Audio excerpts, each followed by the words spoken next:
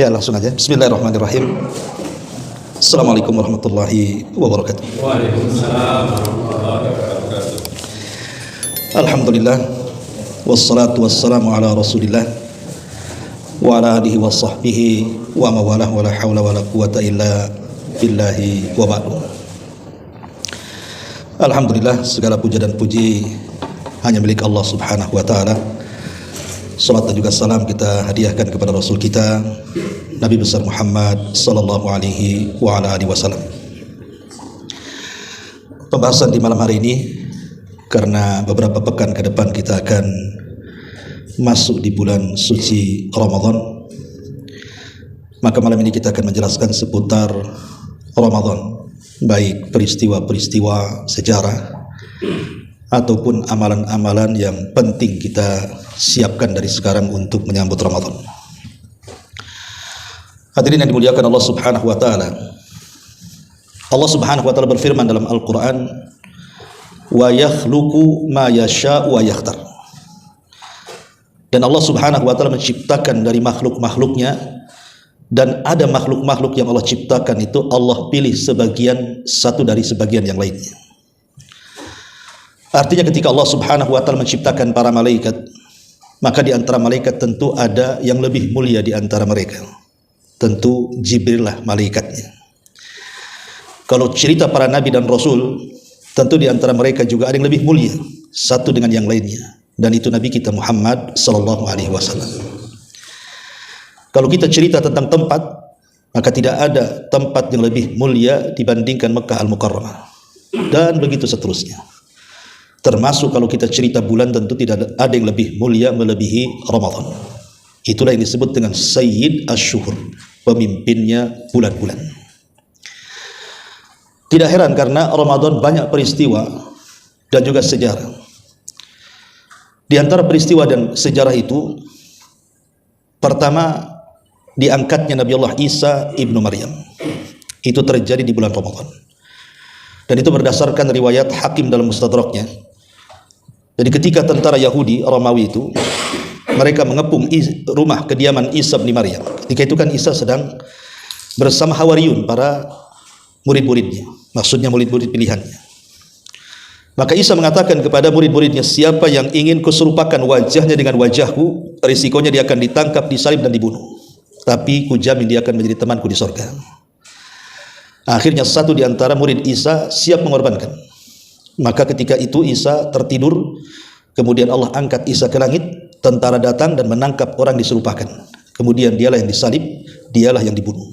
Dari sini orang-orang Yahudi menyangka bahwa mereka sudah membunuh Isa dan mengatakan qatalna al-Masih ibn Maryam, kami sudah membunuh Isa putra Maryam.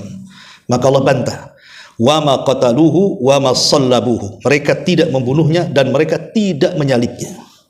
Kemudian di ujung ayat Allah mengatakan bal rafa'ahullahu ila sama, bahkan Isa diangkat ke langit.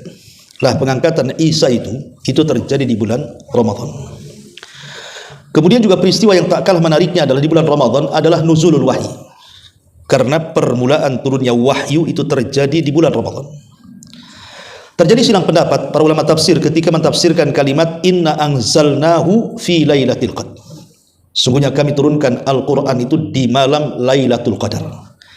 Dan malam Lailatul Qadar tentu ada di bulan Ramadan. Cari Lailatul Qadar di luar Ramadan gak akan dapat. Karena Lailatul Qadar itu hanya ada di bulan Ramadan. Maknanya Al-Quran turun itu di bulan Ramadan. Tetapi apa maknanya Al-Quran turun di bulan Ramadan itu? Sebagian ulama tafsir mengatakan maknanya ketika turun dari Lauhil Mahfud, diturunkan dari Lauhil Mahfud ke Baitul Uzza. Baitul Uzza itu tempatnya di langit pertama. Jadi 30 juz itu diturunkan dari Lauhil Mahfud, kemudian diletakkan di Baitul Uzza. Lah ketika turunnya Al-Quran dari Lauhil Mahfud ke Baitul Uzza itu di malam Lailatul Qadar, artinya di bulan Ramadan. Ini satu penafsiran. Penafsiran yang kedua, maksudnya bidayahnya, permulaan turunnya. Bukan 30 juz turun di bulan Ramadan, maksudnya permulaannya. Karena permulaan Al-Quran turun itu ketika Nabi SAW berada di Gua Hira. Jadi Rasul 1 bulan di Gua Hira itu di bulan Ramadan. Tepatnya di malam-malam ganjil di 10 akhir Ramadan, maka Jibril datang kepada Nabi SAW, dan itu pertama kali Jibril menemui Rasul, kemudian mengatakan Iqra ya Muhammad, baca wahai Muhammad. Tapi Rasul mengatakan ma'ana biqari, aku tidak bisa baca. Kata Jibril, baca. Rasul mengatakan, aku tak bisa baca. Karena di pikiran Rasul, kalimat perintah baca itu dikiranya membaca tulisan. Loh, Rasul tidak bisa membaca. Rasul itu Nabi Ummi, tidak bisa menulis dan tidak bisa membaca. Sebab kalau Nabi bisa menulis, bisa membaca, nanti Al-Quran disangkanya saduran dari Injil dan Taurat. Makanya Rasul tidak bisa baca, tidak bisa tulis. Tapi para sahabat banyak yang bisa baca, bisa tulis. Ya. Salah satunya Umar bin Khattab radhiyallahu anhu.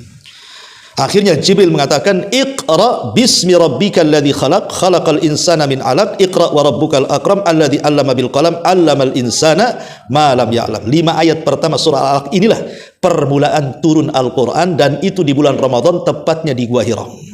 Jadi maksudnya inna anzalnahu fi lailatul qadr itu permulaan Quran turun. Ya, selebihnya ada di bulan Ramadan, ada di luar Ramadan, sampai 30 juz selama 23 tahun. 13 tahun di kota Mekah dan 10 tahun di kota Madinah, sampai 30 juz. Artinya permulaannya di bulan Ramadan. Intinya bahwa Ramadan ini turunnya wahyu. Dan wahyu Allah Subhanahu wa taala adalah sesuatu yang sangat mulia. Kalaulah bukan karena wahyu Allah, kita akan tersesat. Artinya permulaan hidayah turun kepada kita itu di bulan Ramadan. Makanya Allah katakan, Syahrul Ramadan alladzi unzila fihil Qur'an hudan linnas. Bulan Ramadan diturunkan Al-Qur'an, dan Al-Qur'an itu sebagai hudan, petunjuk yang membimbing kita dari kegelapan menuju cahaya. Ini peristiwa yang kedua. Peristiwa yang ketiga, terjadinya Amul Hazni. Amul Hazni itu tahun kesedihan. Jadi Nabi SAW beberapa tahun sebelum hijrah, kabilah-kabilah Arab itu marah. Jadi 8 kabilah Arab itu bersepakat untuk memboikot umat Islam. Akhirnya kemudian mereka pun sepakat memboikot siapapun yang menyokong pergerakan Nabi. Ya, salah satunya Bani Hashim. Bayangkan Bani Hashim diboikot oleh 18 kabilah. Sampai 3 tahun pemboikotan itu, sampai mereka tidak bisa makan, sampai disebutkan mereka harus makan dedaunan dan akar-akaran karena kelaparan, sampai harta Khadijah habis pada pemboikotan ini. Lah, pemboikotan ini berlangsung 3 tahun. Setelah kemudian 3 tahun pemboikotan itu dicabut, maka kondisi 2 manusia mulia pun akhirnya tumbang. Pertama Abu Thalib, yang kedua istri Nabi Khadijah, sakit-sakitan akibat pemboikotan ini. Maka tepat di bulan Ramadan, Khadijah meninggal. Dan ada yang mengatakan Abu Thalib juga sama, tapi ada yang mengatakan tidak, Abu Thalib meninggal bukan di luar Ramadan, tapi sakitnya di bulan Ramadan. Tapi kalau Khadijah sepakat, Khadijah meninggal di bulan Ramadan. Jadi ketika Khadijah sudah tua, karena bagaimanapun selisih umur dengan Rasul 25 tahun. Khadijah 40 tahun. Jadi kan 15 tahun ya selisihnya. Jadi ketika Nabi SAW sudah tua, Khadijah lebih tua lagi. Jadi ketika saat selepas pemboikotan itu tepat di bulan Ramadan, entah kenapa Khadijah itu ingin memasakkan sesuatu yang lezat bagi suaminya. Maka dimasakkan masakan yang enak, minuman yang lezat, kemudian setelah matang dan siap dimakan, dia mencari Nabi. Rupanya tidak ketemu. Rupanya Nabi SAW ada di atas bukit. Maka Khadijah pun kemudian dengan susah payahnya harus naik ke atas bukit. Lah, ketika belum sampai Khadijah naik di atas bukit, Jibril datang kepada Nabi dan mengatakan, ya Muhammad, sampaikan salam dari Allah. Satu-satunya manusia yang mendapatkan salam dari Allah, Khadijah. Sampaikan salam dari Allah dan salam dari aku untuk Khadijah. Habarkan kepada Khadijah bahwa dia akan mendapatkan satu rumah, akan dibangunkan satu rumah, la sakhaba fiha wala nasab, di mana rumahnya tidak akan ada keletihan dan tidak ada kebisingan. Ya, karena Khadijah tidak pernah membuat bising Nabi, tidak pernah membuat susah Nabi. Tak tahu istri antum. Nah, ini kan Khadijah. Ya, jadi Khadijah memang membuat Rasul tenang. Makanya rumah di surganya pun penuh dengan ketenangan dan tidak ada kebisingan. Akhirnya kemudian ketika sudah dekat Khadijah, Jibril menyingkir. Kemudian Khadijah pun datang kepada Nabi. Dilihatnya Nabi itu lunglai karena stres, ya, banyak masalah di kepala Nabi. Maka Khadijah kemudian menghibur Nabi dan mengingatkan soal nasihat Waraqah ibn Naufal. Ya Khadijah, ya suamiku wahai Nabi Allah, ingatlah nasihat Waraqah ibn Naufal, bahwa engkau harus bersabar. Akhirnya kemudian Rasul memeluk Khadijah dan menyampaikan salam dari Allah dan dari Jibril. Tiba-tiba malaikat maut datang dan Khadijah meninggal di pelukan Nabi sallallahu alaihi wasallam. Subhanallah. Khadijah meninggal di pelukan Nabi, tapi Nabi meninggal di pelukan Aisyah ummul mukminin radhiyallahu anha. Lah, kematian Khadijah itu terjadi di bulan Ramadan. Terjadi di bulan Ramadan. Ini peristiwa sebelum hijrah. Ya. Adapun peristiwa setelah hijrah banyak. Ya, saya akan menyebutkan perkara yang besar saja berdasarkan nas Al-Qur'an. Allah Subhanahu wa taala mengatakan, "Idza jaa nasrullahi wal fath." apabila datang pertolongan Allah dan pembebasan kota Mekah. Dua-duanya terjadi di bulan Ramadan. Nasrullah di sini artinya perang Badar. Apabila datang kemenangan di perang Badar, maksudnya begitu.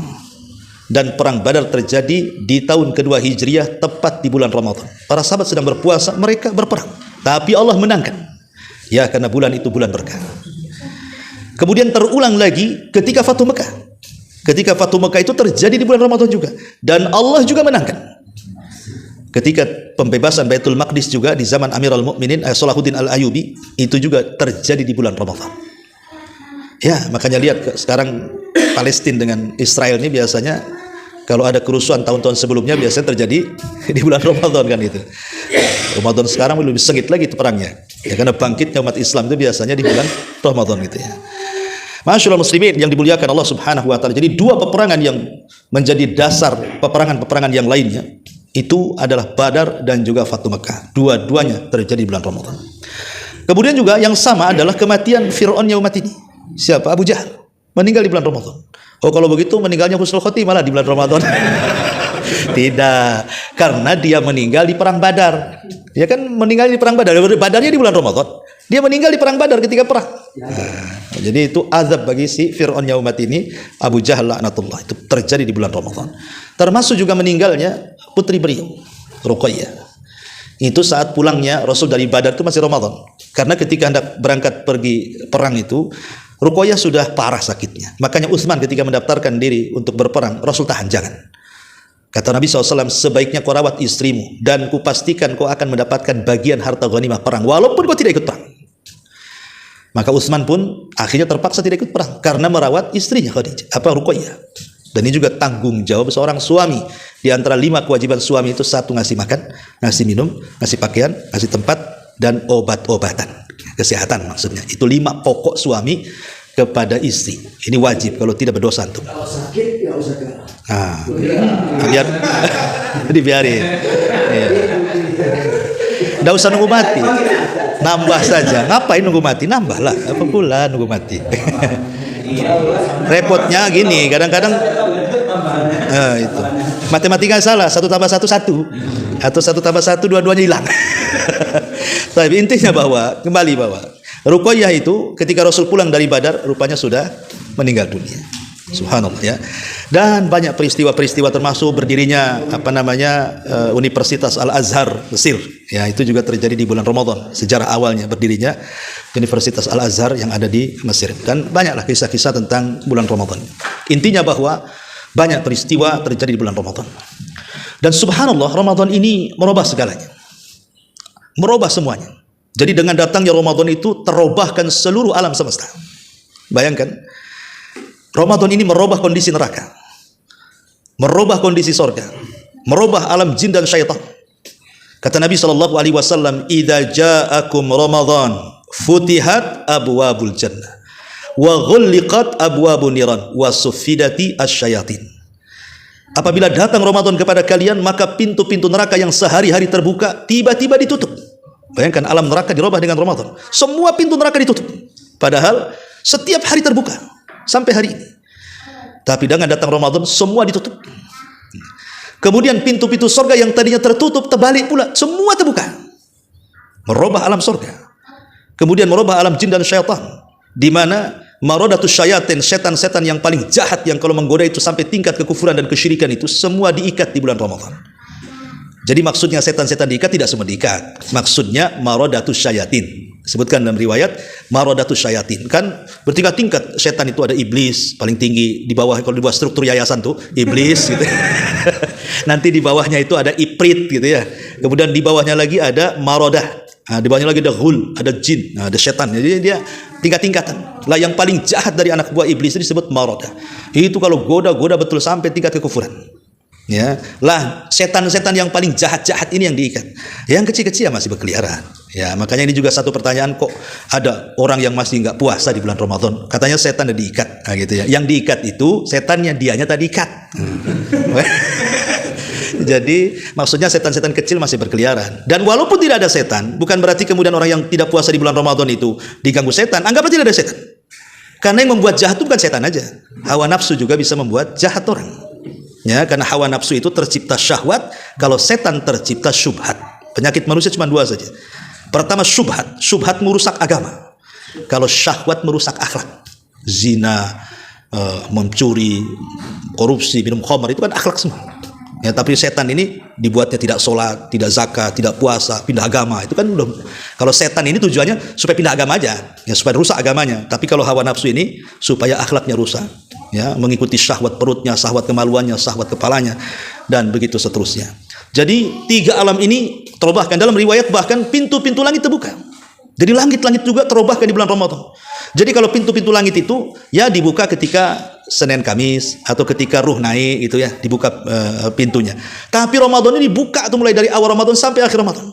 Jadi betul-betul memang dirubah alam semesta ini. Semua alam semesta dirubah dengan kondisi Ramadan. Apalagi dengan datangnya Lailatul Qadar itu merubah semuanya. Artinya begini, ikhwatu fiddin. Kalau seandainya sorga bisa terubahkan dengan Ramadan, neraka bisa terubahkan dengan Ramadan, alam jin dan setan juga berubah, langit-langit juga berubah. Kalau kita ingin berubah itu sebenarnya waktunya Ramadan. Itu paling mudah. Kalau kita ingin merubah diri yang lebih baik lagi, itu pasti waktunya di bulan Ramadan tuh. Itu paling cepat. Kenapa? Karena pendorong perubahan. Kok perubahan jadinya? Ya. Jadi pendorong yang perubahan alam semesta begitu cepat di bulan Ramadan, maka kalau kita ingin berubah, yakin pasti bisa. Orang ngerokok aja nggak ngerokok di bulan Ramadan, kan gitu ya kan? Coba di bulan Ramadan itu apa? Karena di bulan Ramadan itu betul-betul ziyadatul iman, penambahan iman itu tidak Anda lihat di luar Ramadan, tidak ada. Masjid tidak ada yang paling penuh kecuali Ramadan, tidak ada. Selain Ramadan lihat masjid, segitu-gitu aja. Tapi kalau Ramadan sampai ke tempat sandal dikasih terpal, ya sampai sholat ke tempat-tempat sandal. Walaupun minggu pertama aja, minggu kedua itu udah mulai geser ke depan, kan? Artinya, tapi kita bisa lihat masjid-masjid penuh di mana-mana. Tidak di kota, tidak di desa, tidak di negeri Indonesia, pokoknya negeri Islam. Hampir masjid penuh semuanya. Dan tidak ada orang yang membaca Quran paling banyak kecuali Ramadan. Sekarang kalau dengar Quran itu mau azan aja ada qiraah. Nanti Ramadan kayak suara tawon di mana-mana. Bahkan sampai jam 1, jam 2 pun dia masih ngaji. Entah rekaman, entah dia, gak tahu juga. Tapi yang jelas kan Ramadan ini baca Quran luar biasa di mana-mana. Orang sedekah loh, orang bakhil pun bisa sedekah bulan Ramadan itu. Cari sedekah di bulan Ramadan paling mudah. Masuk ke masjid makanan semuanya. Jadi betul-betul terobahkan semuanya, coba bayangkan. Masjid penuh, orang baca Quran banyak, kita dengar Quran di mana-mana gitu. Sempitlah setan. Kalau datang Ramadan kita tidak berubah, itu ya melampau menurut saya itu. Buka gratis. Buka gratis kan itu. Coba. Kalau kita nggak berubah ini kan aneh gitu kan. Karena setan itu sudah disempitkan, hawa nafsu aja disempitkan. Karena ibadah yang memungkinkan menekan syahwat setekan-tekannya itu ibadah puasa. Ibadah yang lain sulit menekan syahwat. Hatta sholat sendiri sulit menekan syahwat. Tapi kalau puasa, betul-betul ditekan syahwat itu ke titik terendah. Karena syahwat itu tidak terjadi kecuali karena 5 perkara. Pertama, fudulul kalam, banyak ngomong. Ya kalau orang banyak ngomong, pasti banyak salahnya. Kalau banyak salahnya, banyak dosanya nanti kan. Kalau orang puasa nggak mungkin banyak ngomong. Kalau orang banyak ngomong lagi puasa, dicurigai itu puasanya. Kok puasa apa? Kok banyak ngomong dari tadi? Gitu. Karena orang kalau lagi puasa ngomong kan haus. Otomatis sedikit lah ngomongnya dia. Yang kedua, fudulut ta'am. Banyak makan. Kalau orang puasa nggak mungkin makan. Dan banyak makan itu yang menjadikan lemahnya badan. Orang kalau kenyang ngantuk tidur kan itu ya. Tapi kalau orang lagi puasa, lapar dia, susah tidur. Enggak Ustaz, ada juga yang puasa tidur orang tuh. Tak tahu dia mungkin balas dendam. Ya kan, malamnya udah makan banyak-banyak kan gitu. Enggak tahu juga. Intinya kalau dia betul-betul puasa itu enggak tidur dulu, perang kok. Ya, perang Badar itu perang di bulan Ramadan kan itu. Kemudian yang ketiga, fudulul kalam, kemudian fudulut ta'am, kemudian mukhalatatun nas. Banyaknya bergaul. Syahwat itu diakibatkan banyak bergaul, banyak ya ngadiri sana, ngadiri pertemuan sini, ketemu di warung ini, ketemu di warung itu. Tapi kalau sudah Ramadan, apalagi siang-siang bolong panas-panas, diajak jalan-jalan, mikir juga orang tuh. Bagus di rumah saja, ngasih ngadem kan gitu. Apain juga kan. Akhirnya apa? Pandangan kita sedikit banyak akan ghaddul basar, nggak melihat hal-hal yang aneh-aneh di luar kan. Ya. Ini yang ketiga. Yang keempat, yang menjadikan munculnya syahwat adalah farj, kemaluan. Ya, kemaluan kan gitu. Dan biasanya orang yang berpuasa syahwatnya berkurang. Ya, karena orang kalau jima di bulan Ramadan batal lah Ramadannya kan gitu ya. Artinya dia akan menahan syahwatnya. Ya, pasti akan ditahan syahwatnya gitu. Ya. Kemudian yang terakhir, cara berpikir dia pasti akan positif karena biasanya syahwat terbentuk dari pikiran yang enggak gitu ya. Dia membayangkan hal-hal yang maksiat gitu. Itu akan teredam di bulan Ramadan. Itu dari segi syahwat itu ditekan. Kemudian setan pun susah akan masuk ke tubuh manusia. Kenapa? Kan Rasul mengatakan setan itu masuk ke tubuh manusia dari jalan darah. Setan itu masuk ke tubuh manusia itu dari jalan darah. Orang kalau puasa darahnya agak pelan dia, akan sulit setan itu masuk. Ya, makanya salah satu pengobatan bekam itu ruqyah itu dengan cara bekam. Dan kenapa kemudian setiap pertengahan bulan Ayyamul Bid itu kita disunahkan puasa? Karena untuk meredam gangguan setan. Karena Ayyamul Bid itu terjadi ketika bulan purnama, dan Rasul mengatakan istaizu bil qamari, berlindunglah kepada Allah dari purnama, karena purnama itu kekuatan setan lagi memuncak. Ya, makanya kita berlindung dari purnama itu. Nah, disitulah makanya kenapa kita disunahkan berbekam di pertengahan bulan dan berpuasa Ayyamul Bid untuk mengurangi ya, gangguan setan kan itu ya. Agar semua syariat itu kan ada hikmahnya, nggak begitu saja disyariatkan kan, mesti ada alasannya kenapa disyariatkan. Ya. Lah karena puasa itu juga kita tahu bagaimana setan akan sulit menggoda kita, kemudian syahwat juga teredamkan. Makanya pertanyaannya, kalau seandainya masuk Ramadan, kemudian Ramadan kok tidak berubah ini melampau. Dari sini Rasul pernah mengaminkan sampai 3 kali ketika naik ke atas mimbar. Naik kakinya ke mimbar yang pertama Rasul mengatakan amin. Naik ke mimbar kedua Rasul mengatakan amin. Naik ke yang ketiga Rasul mengatakan amin. Kemudian Rasul berkhutbah Jumat. Selepas khutbah, sahabat kemudian datang dan mengatakan alama amanta ya Rasulullah. Rasul tadi kau membaca amin 3 kali, kami enggak dengar doa Anda. Maka Rasul mengatakan, oh enggak, waktu saya naik ke atas mimbar itu Jibril tadi datang. Dia mendoakan 3 doa, minta diaminkan, kuka aminkan. Lah salah satunya doa Jibril adalah ragima anfu rajulin adraka Ramadan falam yughfar min dunbi. Celaka dan binasa orang yang masuk Ramadan 1 dosa pun tidak diampuni. Celaka orang kayak gini. Bulan Ramadan bulan ampunan, kok masuk Ramadan keluar Ramadan kok nggak diampuni, kan aneh gitu. Makanya orang-orang yang beriman, mudah-mudahan kita termasuk orang yang beriman, jadi masuk Ramadan itu pasti akan senang. Kata Syekh Utsaimin rahimahullahu taala, senangnya kenapa? Karena 2 perkara. Pertama, karena Ramadan akan menambah keimanan kita. Orang yang beriman itu kalau angan-angannya Ramadan itu pasti ceritanya pengen cepet taraweh, pengen ngaji, pengen meningkatkan iman. Makanya seorang mukmin itu pengen ketemu Ramadan. Yang kedua, bukan hanya iman dan ibadah, yang kedua, seorang mukmin itu kalau masuk Ramadan pengen memperbanyak pahala. Jadi pengen memperbanyak ibadah dan keimanan, dan juga ingin mendapatkan pahala sebanyak-banyaknya. Itulah makanya orang yang beriman masuk Ramadan itu senang. Tapi ada orang yang tak senang masuk Ramadan. Kepikiran, aduh lapar lagi aku katanya. Nah kan, nggak bisa lagi nih kuliner-kuliner. Tutup semua warung. Nggak tutup sebenarnya. Depannya ditutup, ya belakangnya dibuka. Makanya kalau nengok ke bawah itu bukan kaki kursi, kaki orang semua. Gitu ya.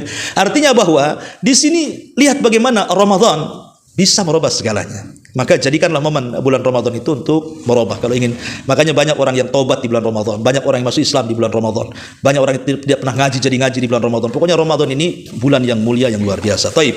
Secara singkat saja saya akan sebutkan amalan-amalan apa saja ya yang harus kita lakukan di bulan Ramadan. Yang pertama tentu ibadah puasa adalah di urutan pertama. Karena kalau sudah disebut Ramadan pasti identik dengan puasa. Maka disebut bulan puasa. Dan ingat, di dalam Al-Qur'anul Karim Allah mengatakan, ya ayyuhalladzina amanu kutiba alaikumusiyam kama kutiba alal ladzina min qablikum la'allakum tattaqun. Lihat. Di sini Allah mengatakan, wahai orang-orang yang beriman, diwajibkan atas kamu berpuasa sebagaimana puasa ini diwajibkan kepada umat sebelum kalian agar kalian bertakwa. Kenapa Allah Subhanahu wa taala tidak katakan ya ayyuhalladzina amanu wujiba, diwajibkan? Pakai kalimat wajib saja atau furido, difardukan. Kenapa pakai bahasa kutiba? Kan kalimat fardu ada bahasa Arabnya, kalimat wajib juga ada bahasa Arabnya. Kenapa menggunakan kutiba? Ulama tafsir mengatakan sebuah ibadah yang ketika secara makna diwajibkan menggunakan lafaz kutiba, dipastikan ibadah itu berat. Seperti contohnya kutiba alaikumul qital, diwajibkan perang, wa huwa kurhul lakum, dan perang itu menjadi sebuah kebencian bagi kita karena berat orang berperang itu. Tidak semua orang berani berperang. Jangankan cerita dengar meriam, dengar petasan aja kita takut, atau mungkin gas 5 kilo LPG meledak aja kita ketakutan. Karena kita nggak siap berperang ini. Perang itu perlu mental. Ya, jadi kalimat kutiba ini berat, atau umpamanya kutiba alaikumul qital tadi contohnya. Termasuk juga kutiba alaikumul qisas. Diwajibkan qisas berat. Walaupun membunuh dia, kalau disuruh dibunuh balik kan tak mau dia kan begitu. Dia membunuhnya gampang, tapi ketika diqisas tak mau pula dia. Termasuk juga puasa. Kenapa puasa itu begitu berat? Ya, pertama, karena puasa itu ibadah yang lama. Ibadahnya lama. Kalau sholat kan tergantung mood dan surat yang kita baca. Kalau kita baca Al-Baqarah lama, kalau Al-Fil ya sebentar aja, kan gitu ya. Tergantung suratnya, kita bisa setting dari 20 menit ke 2 detik pun bisa sholat itu. Itu kan tergantung settingan kalau sholat kan. Kalau puasa macam mana nyetingnya? Oh seduhur saja Ustadz, mana bisa? Seasar, makin nggak bisa kan gitu. Ya tetap dari terbit fajar sampai terbenam matahari, mau tidak mau sejalan itu. Berat. Ya. Kemudian beratnya puasa itu bukan hanya waktunya lama, menjaga waktu ketika mulai terbit fajar sampai terbenam matahari itu berat lagi, menjaga pandangan, menjaga lisan, menjaga ini, menjaga itu kan itu. Jadi beratnya. Makanya karena puasa ibadah yang berat, setiap yang sukses dalam puasa maka mereka mendapatkan pahala tanpa batas. Setiap ibadah itu jelas nominal pahalanya, kecuali puasa tidak ada nominalnya. Kenapa demikian? Karena Allah yang berfirman dalam hadis qudsi, as-saumu li wa ana azibi. Puasa itu untukku, milikku, aku yang akan membalasnya. Tanpa menyebutkan nominalnya. Lain kalau baca Quran 1 huruf 10 kebaikan. Sedekah 1 sedekah dilipat gandakan 700 kali lipat kebaikan kan itu. Nah, jadi semua ibadah itu dikembalikan kepada kita pahalanya, kecuali puasa. Dikembalikan kepada Allah. Kenapa dikembalikan kepada Allah? Karena ibadah satu-satunya yang ikhlas dan jauh dari riya itu hanya puasa. Semana caranya orang puasa mau riya? Kecuali dia ngomong, Afwan lagi puasa saya. Coba dia nggak ngomong. Pemanya sama ini besok hari Kamis atau hari Senin. Antum puasa, jangan ada yang ngomong. Saya nggak tahu mana satu yang puasa kan.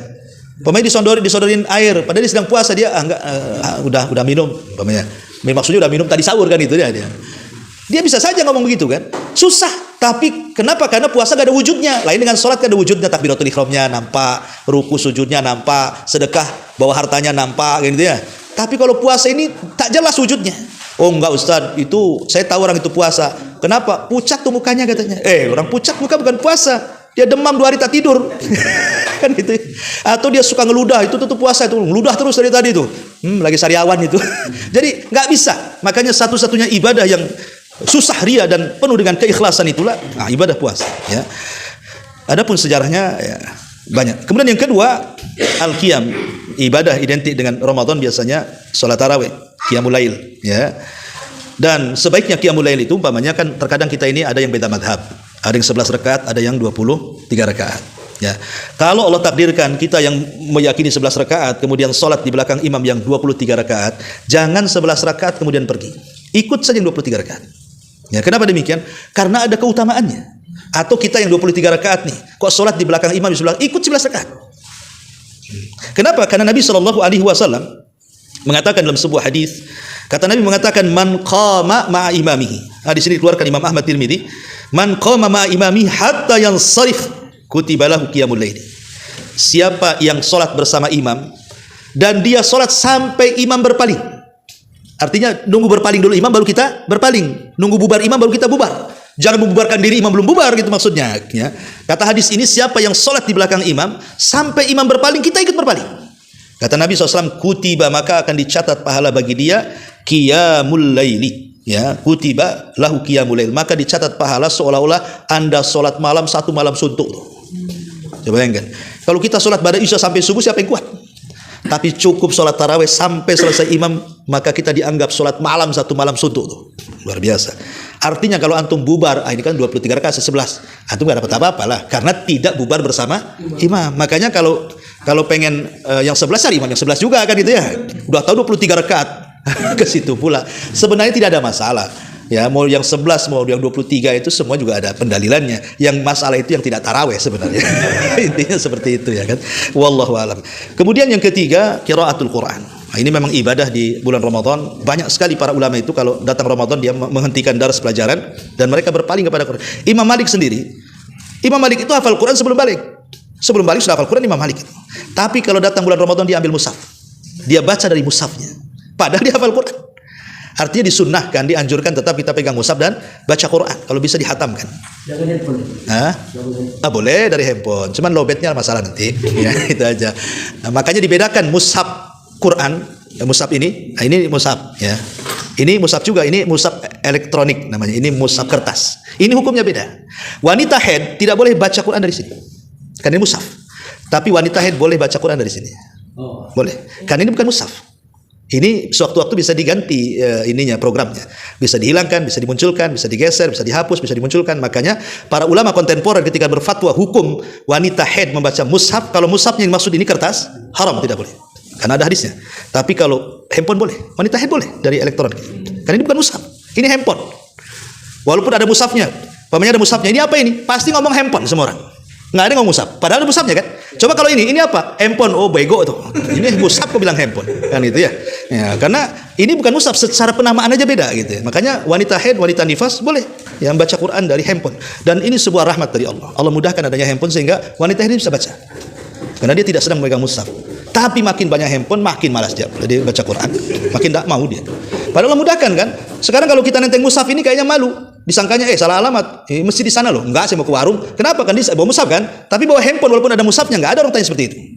Artinya kan kita bisa di warung bisa baca mushaf, bisa di kendaraan. Tapi kalau kita baca kadang-kadang malu kalau bawa mushafnya kan. Artinya Allah mudahkan baca Quran. Ketika Allah mudahkan tak mau juga baca Quran kan aneh. Ya, artinya bahwa oke lah di luar Ramadan mungkin kurang baca Quran, tapi kalau masuk Ramadan maka fokuskan. Kenapa? Tadi sejarahnya sudah saya jelaskan. Karena bulan Ramadan itu bulan turun wahyu. Artinya wahyu itu yang kita baca. Nah itu ya. Nah, kalau sekarang bulan itu bulan turun wahyu, kita tidak perhatian dengan wahyu, ini luput bagi dia kebaikan. Kemudian qiraatul Quran yang keempat, sedekah. Nabi itu paling dermawan di bulan Ramadan, apalagi datang Jibril. Ya. Lah sedekah di bulan Ramadan ini bisa juga dalam bentuk memberikan iftar, dan itu pahalanya luar biasa. Ya. Karena Rasul mengatakan man fattara shaim kana lahu ajru shaim. Siapa yang memberi makan orang yang sedang berpuasa ketika iftar, maka dia dapat pahala orang yang berpuasa. Jadi kalau kita umpamanya ke masjid nih ngasih 10 kotak makanan dan 10 minuman gitu kan.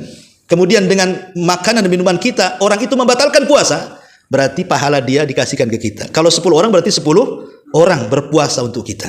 Makanya kalau ngasih ke masjid itu yang aneh-aneh biar dilirik orang. Jangan bakwan aja kan, sama aqua gelas, jangan. Kalau bisa itu yang menarik-narik, yang warnanya hijau, cincau atau apa kan. Jadi ini dulu nih. Nah gitu. Jadi kalau aqua gelas, malas aqua gelas kan. Kasih yang enak. Jadi makanan kita dulu disantap kan. Iya.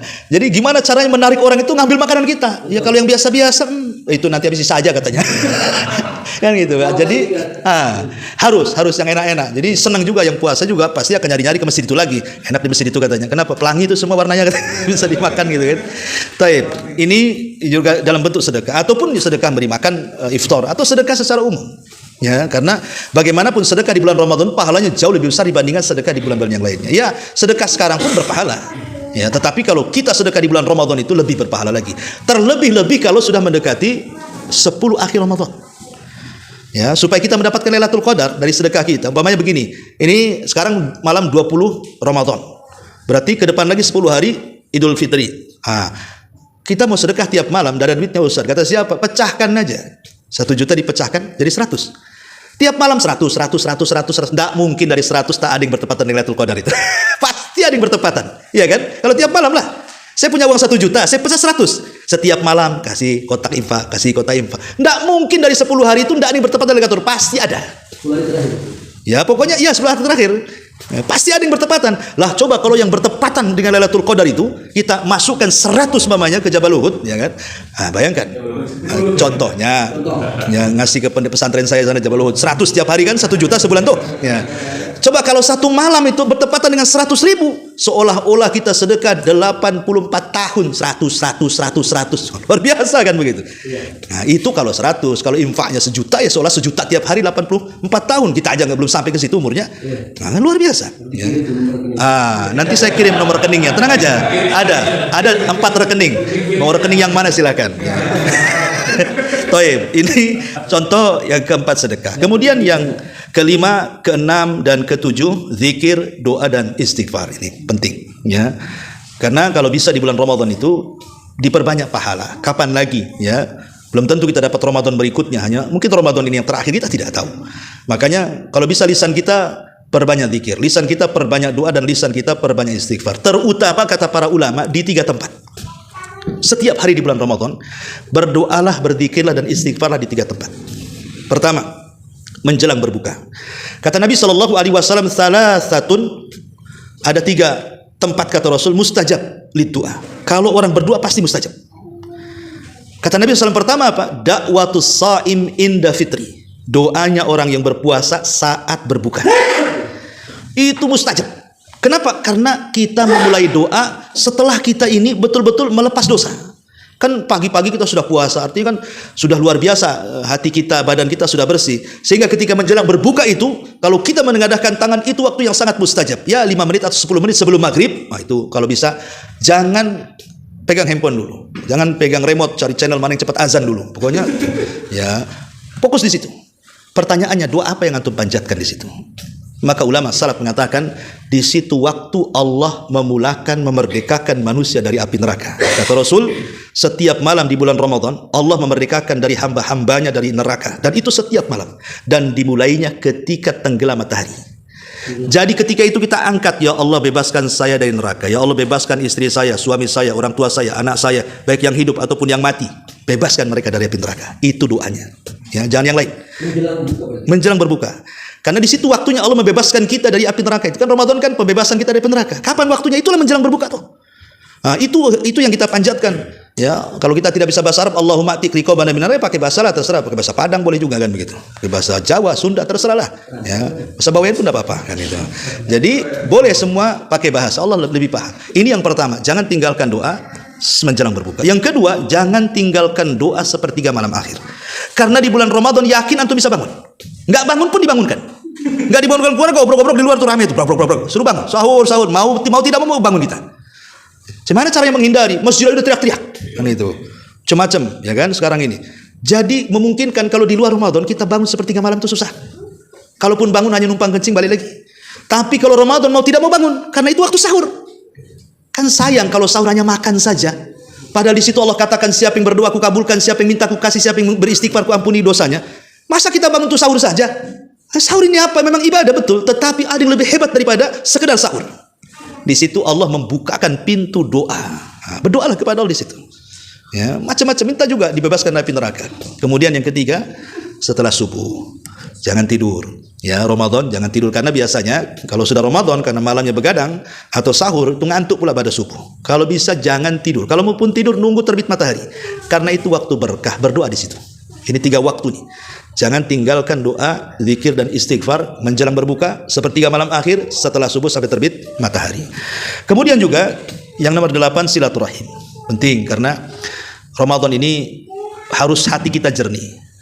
Jangan sampai kemudian kita ini ada musuhan dengan keluarga, dengan teman, dengan tetangga. Maka ikatlah dengan silaturahim, dengan persaudaraan. Jangan sampai ketika datang Idul Fitri gitu ya, badan sudah bersih, pakaian baru, sepatu baru, semua serba baru, hati pula kotor. Cemana caranya dia bahagia?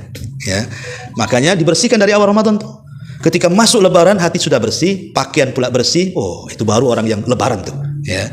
Jangan sampai ketika Lebaran ketemu musuhnya tamu salaman kan itu.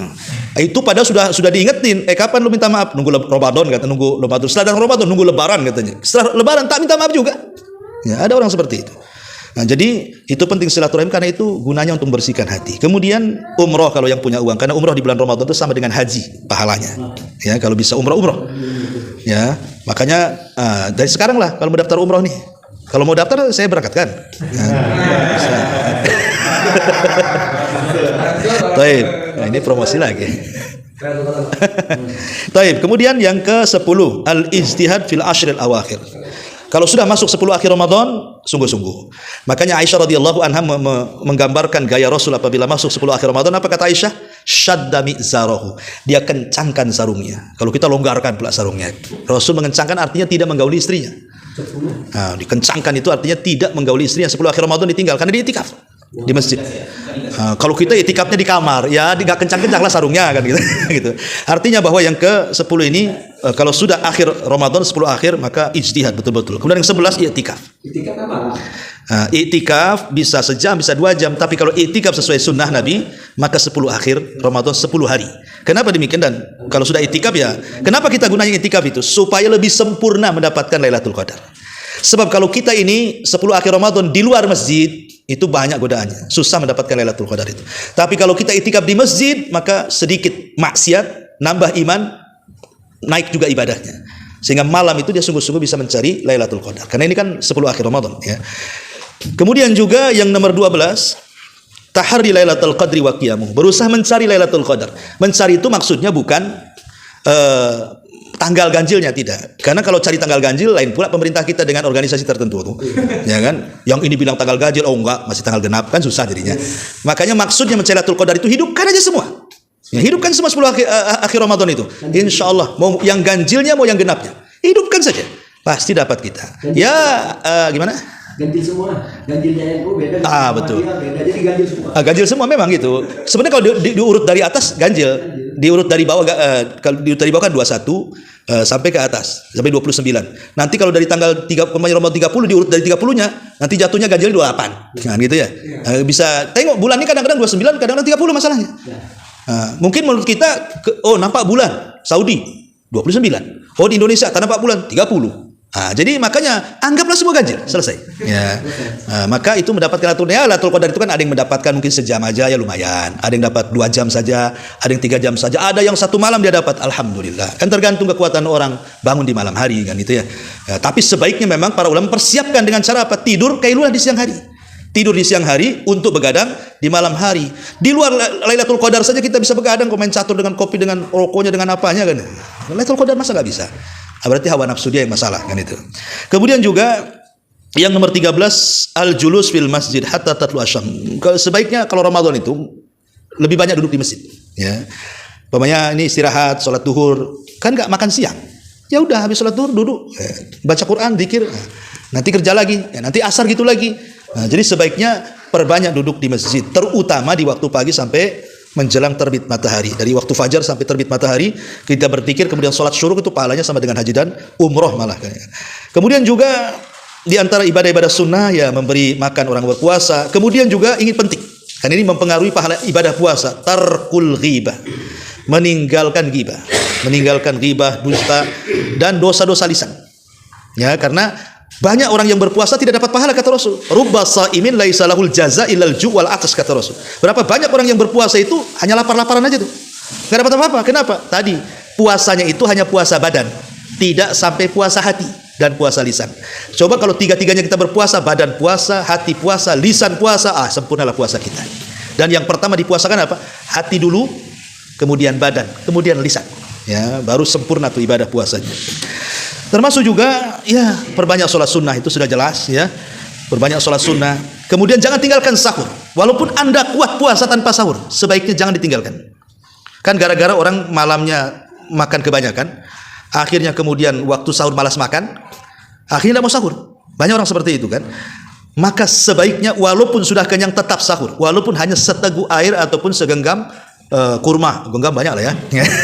Pokoknya 1-2 biji kurma jadilah kan itu. Intinya jangan tinggalkan sahur. Kenapa? Karena sahur itu keberkahan puasa. Tasahharu fa inna fi sahurikum barakah, kata Rasul. Sahurlah kalian karena dimakan sahur itu ada keberkahan di situ. Jadi supaya ibadah kita puasa kita ini berkah. Dan kalau bisa sahurnya itu sesuai dengan sunnah Nabi. Kata kalau tidak salah hadis Anas ketika bertanya kepada Zaid, Zaid, kau kan pernah sahur sama Nabi, jarak sahurnya Nabi dengan adzan subuh itu berapa menit? Maka Zaid ibn Thabit mengatakan qadra khamsina ayat, seperti engkau membaca 50 ayat Quran. 50 ayat itu kalau ditongkrongi ya sekitar 20 sampai 30 menit lah. Jadi 30 menit atau 20 menit sebelum adzan, itulah kita makan. Ya, jadi mendekati adzan sahurnya Nabi. Kenapa? Supaya ketika selesai sahur betul-betul bertepatan dengan adzan subuh dan itu setelah puasa. Dan supaya ketika siang itu kita masih kuat karena masih banyak isinya. Tapi kalau sahur jam 2 udah lapar, udah malas jadinya.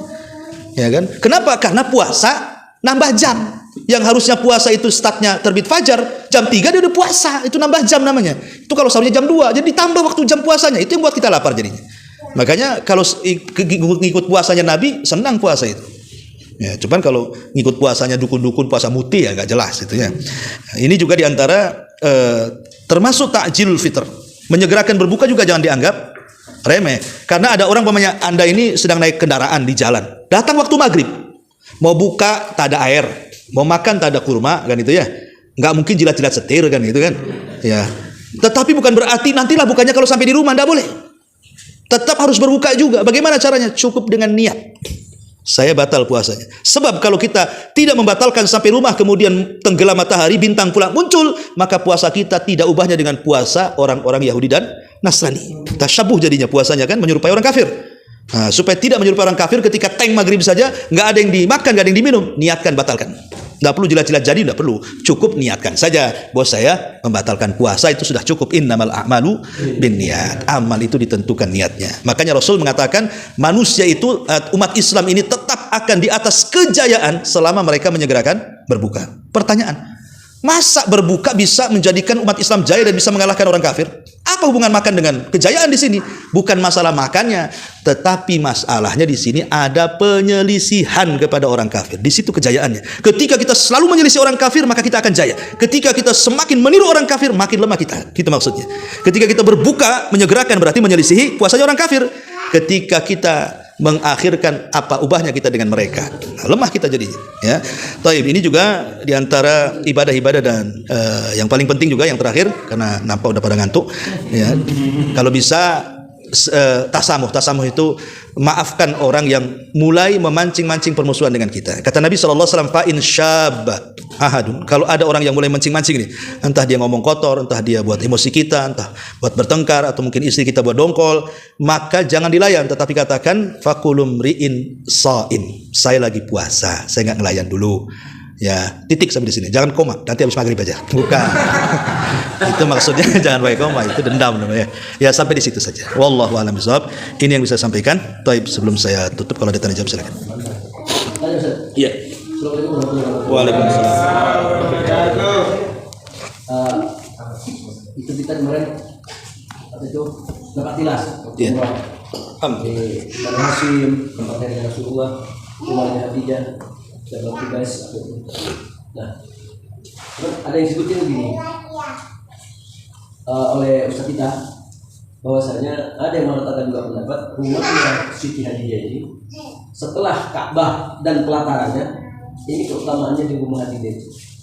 Ya alasannya tadi berapa kali diberi masuk ke situ, ini ke situ gitu. Jadi selain Ka'bah dan pelataran itu, ini juga salah satu tempat yang paling juga kita tempatkan itu tadi. Apa? Jibril datang, salam itu saja. Terus kedua, ini sama-sama soleha ini dua ini ya. Ada Siti Khadijah, Siti Aisyah. Katanya kan kalau di surga itu kan apa namanya, pembahasannya kan satu. Itu yang istri satu. Hah? Kalau istri empat, ya empat apa maksudnya? Oh, mantap. Iya.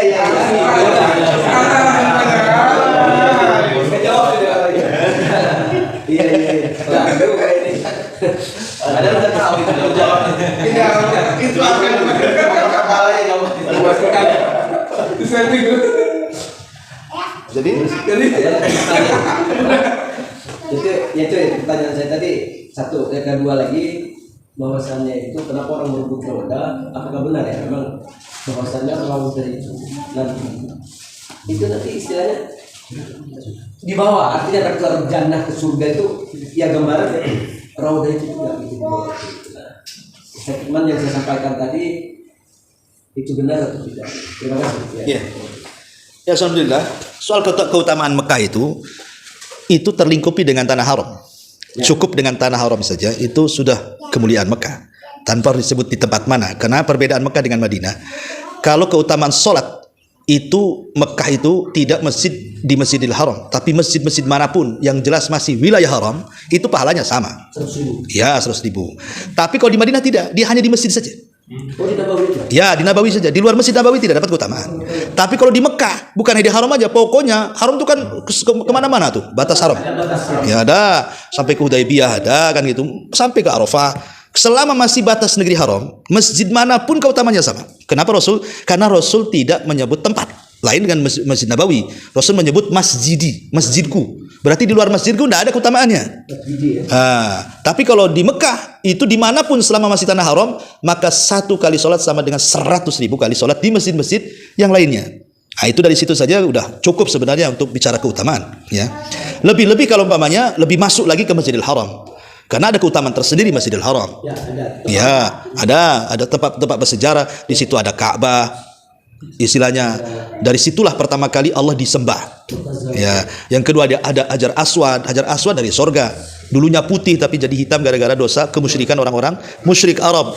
sehingga mengubah yang tadinya putih menjadi hitam, makanya menjadi Hajar Aswad. Di situ ada makam Ibrahim. Di bawah makam Ibrahim itu ada yakut, perhiasan yang sangat luar biasa yang dari sorga. Dan di situ ada 2 telapak Nabi Ibrahim.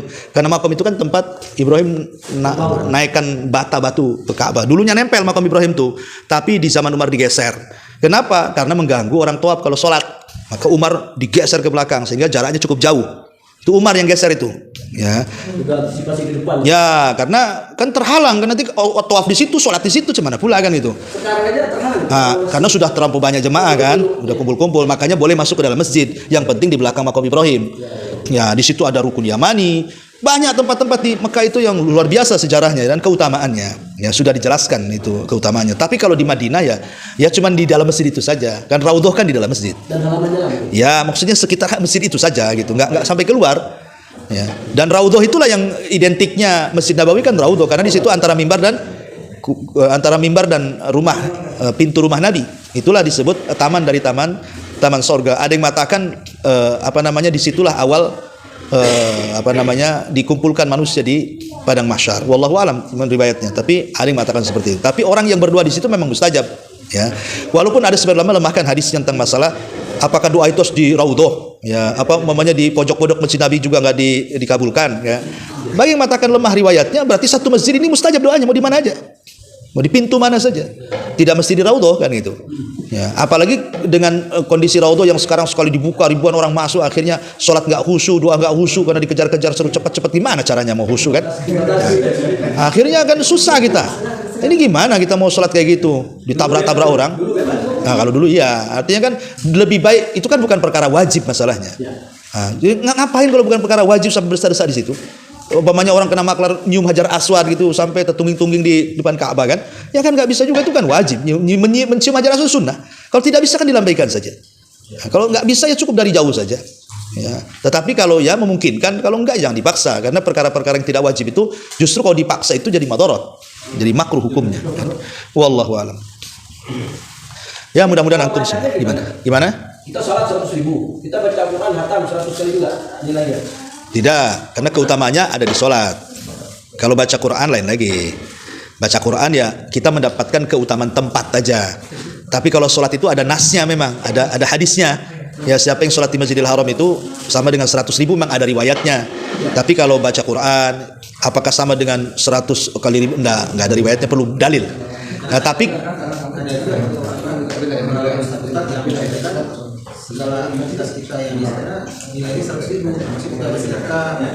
mana dalilnya? Kan kita nggak ada masalah.